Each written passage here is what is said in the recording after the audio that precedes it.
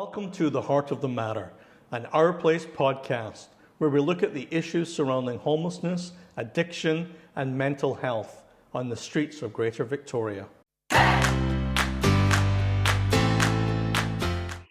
So, welcome to Heart of the Matter, Our Place's podcast. Today we have a special guest, Victoria Police Chief Del Manak, and welcome, Chief. Thanks for having me on, Grant. Yeah, I thought it would be good to kind of talk about, the relationship that service providers such as Our Place have with the Victoria Police Department.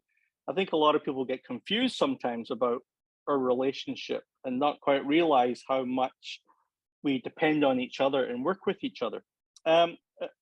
Maybe let's start with how do you feel the police's relationship is with service providers who are working with the homeless on our streets?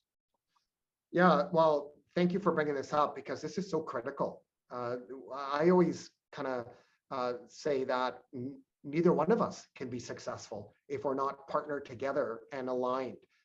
But that doesn't necessarily mean we all agree on every single thing. We have different approaches. We have, different mandates of what we do. Ours is public safety, and with that come many, many challenges. But overall, our relationship is extremely positive. It's healthy. We have the lines of communication open with all of our service providers, and I can say this not just because I'm on the Our Place Society podcast here, but our relationship with Our Place is actually extremely strong. From your executive director Julian Daly to people like you, Grant, that have been with Our Place. You've been a fixture there for many, many years, as have many of your staff. And so the services that you provide, other service providers are kind of relatively new to Victoria, or some are. But I can certainly say that our relationship is one of trust, strong communication, and as I said, we necessarily don't have to agree on every single thing, which actually makes it a positive relationship, that we're able to come to the table, have discussions on some of the vulnerable and marginalized population of how we can best work together. But as I said earlier, if we're not on the same page and we don't have that open lines of communication and trust, we're not going to be able to serve the community like we do currently. Yeah, I agree. I think safety is such a big part of everything that we both do, because we want everybody who comes to Our Place to feel safe. We don't want them to feel unsafe. We want people on the streets to be safe. That's just so much of what we do. So I think the relationship is so important. Over the last, I think COVID really opened our eyes to a lot of things, especially because we managed to house over 500 people during COVID. And that taught us sort of the limitations of housing. Without those complex care supports, without the addiction treatment supports happening, we have sort of seen an increase in criminality on the streets, or it appears that way. Would you see that way? The criminality seems to be increasing? Yeah, so COVID, again, it was a pandemic that none of us have lived through ever before. So there were so many firsts. And we didn't know how long it was going to last. We didn't know if one dose of vaccination was going to be enough. There was tremendous fear. None of us really knew how this virus was transmitted. If you think about the early days, and the one thing that we did know was wash your hands regularly and try to create separation. Try to make sure there's distance. And then, of course, we learned quite early on during COVID, as we now know, that mask wearing was going to be a significant prevention tool, that if all of us could do that. So I think that it was a learning process for all of us. But one of the things I think that we all did know was that our most vulnerable and marginalized population was at significant risk, given that they didn't have the ability to isolate or to separate and to declutter in many spaces where people are known to gather. And this is their family, and many people are couch surfing, and we had many, many people living outside of maybe what the rules and guidelines were. but now all of a sudden these rules were being enforced, which moved people out onto the streets and caused kind of a ripple effect, if I might say. And so for crime, you asked me specifically about crime. I can tell you that crime did go up. A lot of the businesses had to close down. And we worked with our businesses to make sure that they weren't going to be targeted and broken into. Downtown kind of became a bit of a ghost town as a lot of people worked from home and all the shops were closed. Crime did go up. Well, we did see a lot of property crime go up. I think the level of desperation on the street went up. And I think the level of stress and anxiety went up. And it went up with everyone, not just the people on the street. But if you can imagine, sometimes the coping mechanisms and the coping skills and the support is lacking for those that are on our most vulnerable, from our most vulnerable communities. Whereas you and I perhaps might have extra resources that we can tap into. Many people don't have that luxury. And so I think that we saw that kind of playing out. The one thing I do want to say though, Grant, is we actually saw crime go down for a small period of time when the government was putting out the CERB. So you could apply and get funding for those that were unemployed as a result of COVID. And we did see many people that were vulnerable and marginalized that were able to get funds, the $2,000 a month. And when they had that in their pocket, crime actually for that period of time for those individuals actually went down, which meant that they could sustain their living without criminality. Yeah, I think that's a really good point. When we can meet those basic needs, it's the same thing I think you've said in the past. When our place closes its doors, the streets become a little bit riskier because people just don't have any place to go. So I think when we are meeting those basic needs for people, it certainly helps. I found that, with the housing, I'd say that 80% of the people in housing, it's been just a godsend for them. They're doing extremely well. They're actually recovering. They're getting out of that mode. And then there's that 15 to 20% who, most of them just in that severe addiction or in the having undiagnosed and diagnosed, but not taking their meds, mental illness, often a combination of both. And those are kind of almost sucking all the oxygen out of the room. We kind of forget about the 80% that are doing so well because of the 20% that just aren't getting the care that they need. Yeah, no, I agree with you. I don't know the percentage per se. Yeah, I'll go with the percentage that you're saying. I do agree with you that it's a basic human dignity to actually to have a roof over your head, to be able to brush your teeth, to be able to shower, and I mean, a lot of us take this for granted. And that's where Our Place Society really did an amazing job. And if you recall, at the times where maybe staff had to limit the hours or the courtyard had to be closed, well, you saw the impact that had in the 900 block of Pandora, where a lot of people were relying on some of those services. And I know that Our Place Society staff really take those steps seriously when they are going to have to kind of redefine what the hours are and for their own safety and security, because there's basic rules that have to be followed. But the point I'm trying to make here is that the service that you're providing, the basic needs, as you call it, are critical to people having their dignity and wanting to just survive day to day. And so yeah, and the other thing you touch on, Grant, because I think that this is important to touch on, it is that there is a subset of the population who are experiencing homelessness, who are in the throes of addiction, or they've lost the ability to kind of self-regulate. And it could be a combination of mental illness or drug addiction. And that does pose significant challenges for the police, especially for those that are in psychosis or that are in crisis and that are prone to violence. And so that is where now the safety of the other residents is jeopardized, or the safety of the people in the vicinity of these individuals when they are in crisis. So it's really important that we don't paint everyone with the same brush. Every individual has their own story of why they've ended up where they have. And it's important for us to be non-judgmental, but it's also just as important for us to recognize what that individual's history is and what brings them to that situation, and how we collectively, whether it's social services, housing, the police, the justice system, or healthcare, how do we support that individual to make sure that they're leading their best life? Yeah, absolutely. And I think that's, I see all the youth services out there, and my heart goes out to them, because that's, if we can stop it early, if we can get people, from not going down the wrong path or get back into the right path, have their trauma and abuse addressed early on, we stop what we see them as adults. What do you see as something that gives you hope for the street population moving forward? Is there anything in the works that kind of excites you? Just before I get to that, I'll just talk about you talked about youth, and you talked about some of the street workers out there. The key thing that you mentioned there, which I think is super important to highlight, and it's an area I think that we don't focus on enough: prevention. Yeah.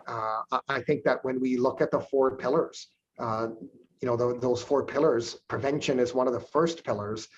Harm reduction, treatment, and enforcement, make up the four. But I think that, there's another word for it, is a lot of times we call it investing upstream. So how do we allocate resources upstream to stop the individual from experiencing homelessness in the first place, or when they are, and as you touched on it, address the trauma, get people the mental health services and supports that they need, or the severe drug addiction that may have taken a hold of their life. Anything that we can do to stop people from actually getting into those cycles of abuse is going to be advantageous for that individual and for our community. Hope. I think that is one of the key words at Our Place Society. I hear it, I see it. I'm hopeful. I think that we are recognizing that the current structures that we have in place, we still continue to work in silos. I think that we can be better and do better. And I think that there's this renewed commitment from all of the partners, is that instead of pointing fingers as to what didn't go right, let's really collaborate and invest money where it needs to be invested in. And even with government's Safer Communities Action Plan that they just recently came up with, I don't want to politicize this discussion, but clearly there's been failures. There's been kind of a lack of attention to certain areas. And I think a reinvestment in community and a reinvestment in mental health work. And a lot of these issues are health-related issues. And I want to make sure that there's enough supports in place, there's enough beds in place, and enough places where people can go, whether it's a mat. We're coming into the time of year now where the weather is extremely cold outside, and we need to make sure that we're supporting our whole community, regardless of what challenges may have. So I am hopeful that we can work together. It's going to need, though, let's be honest here, it's not just rolling up our sleeves and kind of coming to work. There needs to be an influx of money and resources into the right areas in order to make it happen. More treatment beds, rapid access to treatment. And I really feel that if we're listening to the people with lived experience, we're listening to the police, we're listening to the social service agencies, the ones that are on the front lines delivering these services, they know, along with the people with lived experience, where the gaps lie, and we need to make sure that we're closing those gaps and funding and adequately resourcing those areas. Yeah, absolutely. There was a neat study that came out of Simon Fraser University talking about recovery housing, how a focus on recovery housing can, not only was it slightly cheaper than kind of what we're doing now, but it dramatically reduced the criminality. It was like 70% of the people in that pilot program, kind of like what you said about CERB, their needs were being met, so they didn't have to resort to criminality to survive. And also their addiction dropped dramatically and all that kind of stuff. And I'd love to see the province go towards a real recovery model. Yeah. I was just going to say on the recovery housing, I support you, Grant. I think that is a path of the future. It should have been already in place, but let's not, again, I don't want to start pointing fingers about why it's not there. Let's just recognize where the gaps are and work towards solutions. that we know are gonna make our communities healthy and safe. The other thing I wanted to just touch on when you're talking about recovery, another word we use for that is treatment. Where it's appropriate, is treatment is possible. The way that many of our individuals are living day to day, exploited, marginalized, is not healthy for that individual and for our communities. And we know we can be better. And so, but I'm also an advocate for involuntary care. In extreme cases where it's needed, it seems to be a word that nobody wants to talk about. It doesn't need to be that. I think if you do it through a therapeutic lens, if you do it through a lens of helping somebody, and there's a mental health professional who is guiding the assessments and the work, somebody who can allow that individual to improve their quality of life through treatment and recovery, I think we need to have these conversations, which many times we shy away from, but it's actually not advancing in us building healthy communities when we shy away from some of these tougher conversations. Yeah, I agree. I mean, I see, well, I know people who have had siblings and things like that went to Riverview, and even that period of calmness and safety was so important for their well-being. And I also know of several people on our streets right now.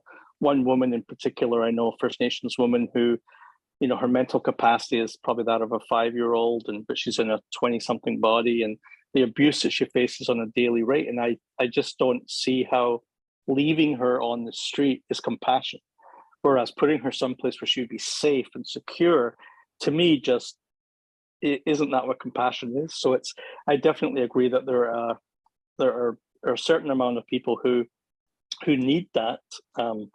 Someone else to, what's that song, Jesus Take the Wheel?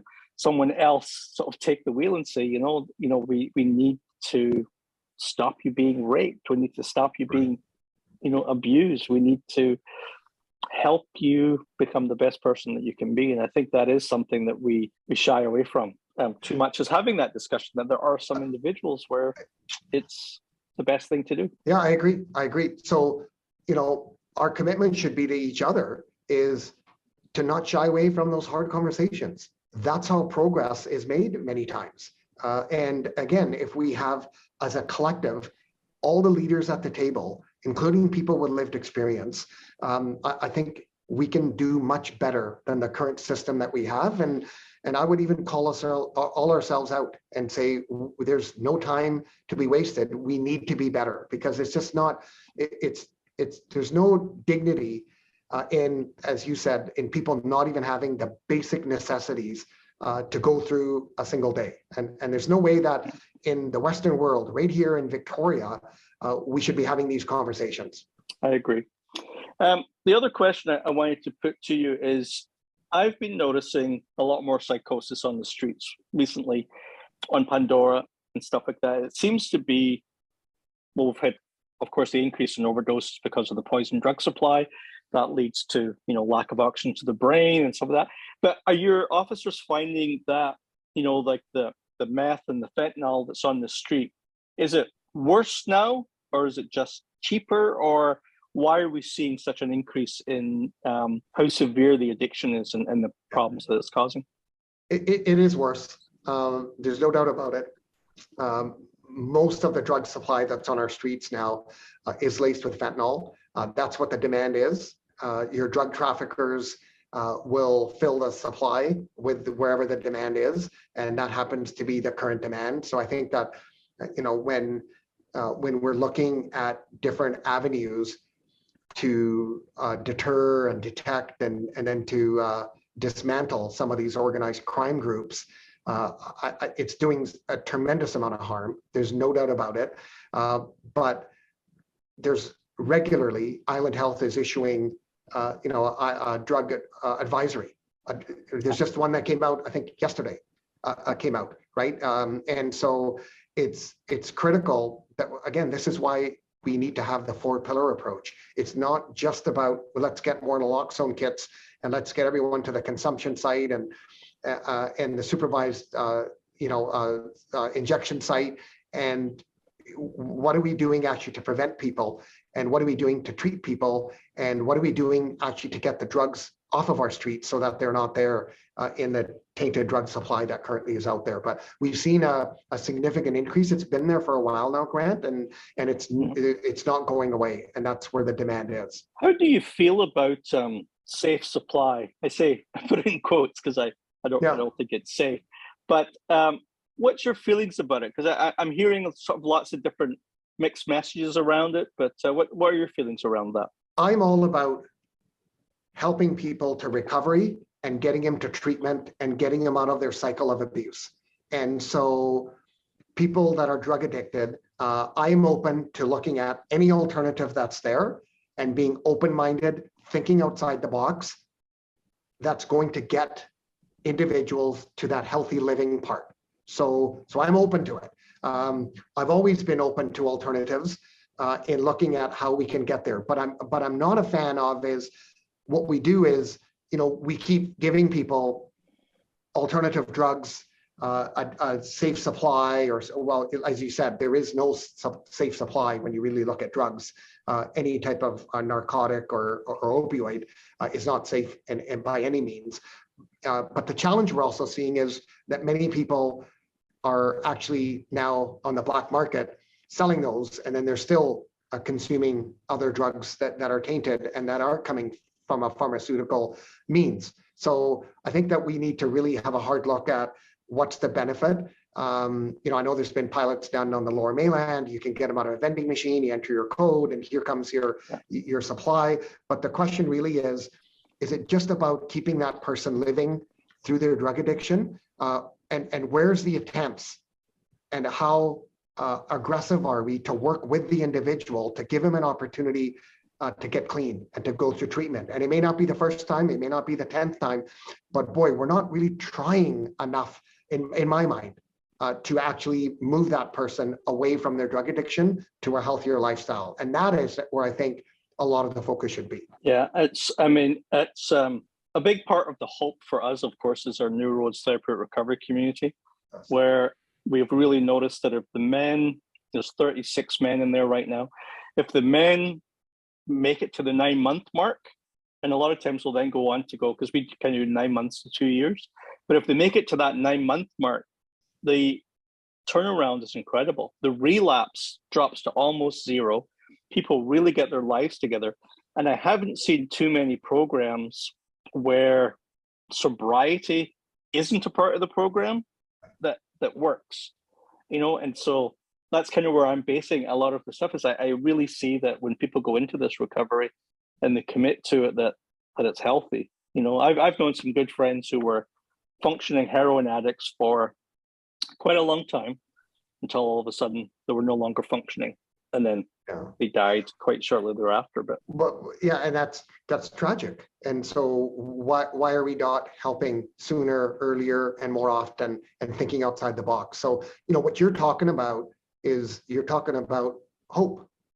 Yeah, you're talking about giving people that sense of belonging, where they're in that structured role, they're growing and developing every day, and there is hope that at the end of this, they're going to be healthy, clean, and be able to live a more productive life than they currently are. And I think that, again, that is so strong of a message, but we can't ask people to build those own structures around them.